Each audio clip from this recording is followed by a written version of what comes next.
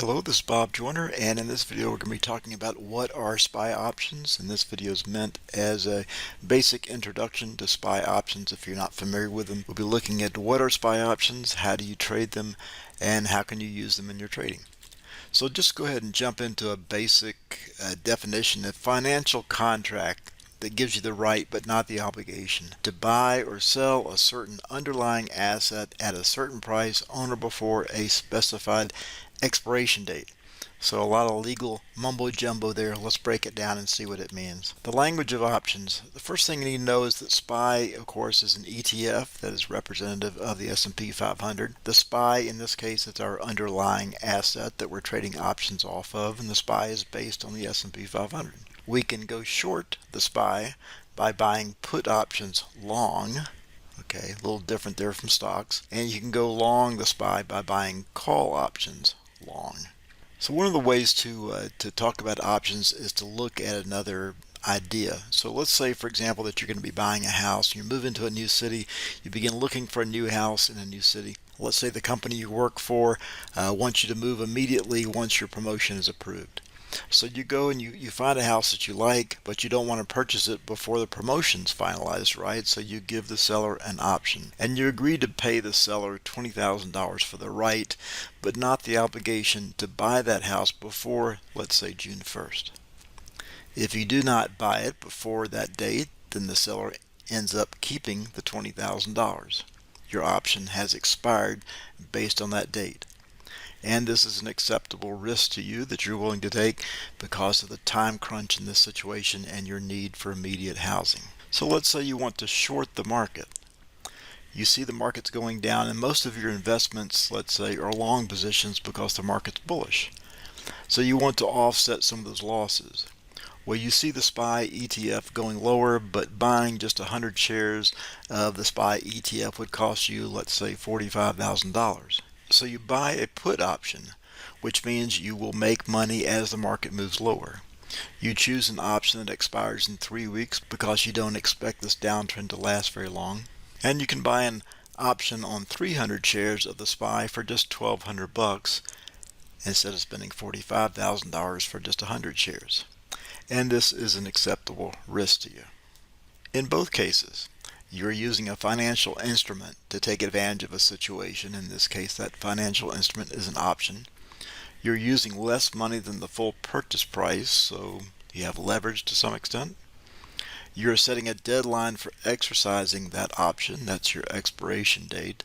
And the price of the option is partially based on that deadline. It is also partially based on the volatility of the underlying asset and the expected price movement. So a SPY option must suit the type of investment we want to make.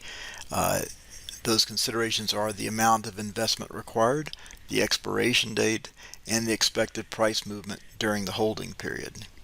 Since those choices vary a great deal for each investor, there are many option choices available, and those choices are best viewed by looking at an option chain, which is a table of prices that show the cost of the options based on these various factors. So let's go ahead and jump into what that looks like. At first glance, this is your option chain for the SPY, and I'm going to break it down for you. But at first, if you're not used to looking at it, you don't know where to look first, you don't know what to think about, and it looks complicated, but it's really not. So let's go ahead and break it down bit by bit there. I'll draw your attention first off to the blue circle up in here, and that's where our expiration date is. Okay, so in this case I'm recording this in mid-November, so the expiration date in this case was just about 5 days away. Okay, and that's a pretty tight expiration date. You can have expiration dates for the SPY that are weeks away, that are months away. If you're day trading, you will tend to go to less than a week expiration date. So that's the first thing you want to pick out when you're picking out the option chain that you want to look at. The next thing you want to do is you want to identify in the red box, you're looking at calls, which means you think the market's going to go higher, so you're going to buy calls long. And on the right side, you'll see puts. So if you think the market's going down, then you'll buy puts long. And those two areas are divided on both sides of this screen that you see, both sides of this table, and running down the middle of that is the strike price. At the blue arrows, you'll see a little line, at least on the software that I use, the trading platform that I use, a little line goes through it, and that tells you whether that option is currently in the money or out of the money, and I'm not going to get into all that today. Okay, so the first thing you're looking at is the expiration date, whether you want to go long or whether you want to go short, and then you're looking at the strike price that you want to enter at, depending on the amount of cash that you want to use, the amount of equity that you want to use, depending on the amount of risk, depending on the amount of volatility. All those are questions that you would have to answer. What we've picked out is we've picked out a put at the strike price of 469. That put is going to expire on November 24th, so we need to make a decision about that put before the end of the day on November the 24th. And then here's our bid and our ask prices, as you can see on this side. And this particular put is slightly in the money because it's slightly below the line there. So how does all that translate into an actual chart? So this is a chart from Friday, the 19th of November, 2021. And I've drawn a red arrow here to show you at this point price was coming up to test VWAP, which is a technical indicator, and the price of that put that we were watching at that point in the chat room was 159. Okay, and if you had bought that put long at 159, you could have sold it as price came down here to retest the pivot area, and you could have sold that put on the same day within about 20 minutes for 21 cents. Now each contract that you buy is going to give you 100 shares, so it's going to be 21 cents times 100, which will be 21 bucks. Not a whole lot of money, but of course you can buy many contracts. So for example, if you bought 10 contracts, you would have made $210 within about 35 minutes. And as you can see on this chart that's in front of us here, there were multiple opportunities to take profit, to get back into the trade, take profit, get back into the trade, and take profit. And you could do that just like you're trading stocks, except this time you're going to be trading options. Okay.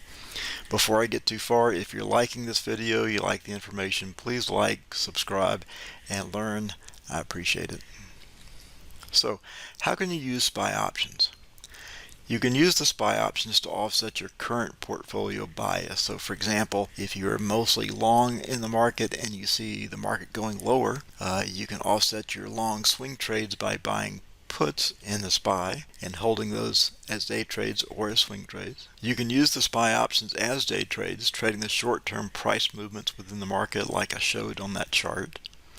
You can use the SPY options to diversify your current strategy. So for example, if you have a morning strategy for trading stocks, for example, of trading the gaps, but you don't have anything that really works that great in the afternoon session, well, you can flip over and day trade the SPY options in the afternoon session. And then fourth there, you can use the SPY options to grow a small cash account. If you don't have the 25K required to day trade stocks, then you can use a cash account because there are no day trading rules for trading SPY options. And you can move in and out of those, go long, go short the market, either way the market's going, and day trade those options and build a small account slowly over time. For more information about how to trade the SPY options as day trades, there's a link in the description box below this video that you can check out that'll give you more information. In that link, you'll have free access to a 40-minute webinar that I did that talks in detail about trading the SPY options and especially about day trading the SPY options. And with that list as well, you also get on the notification list.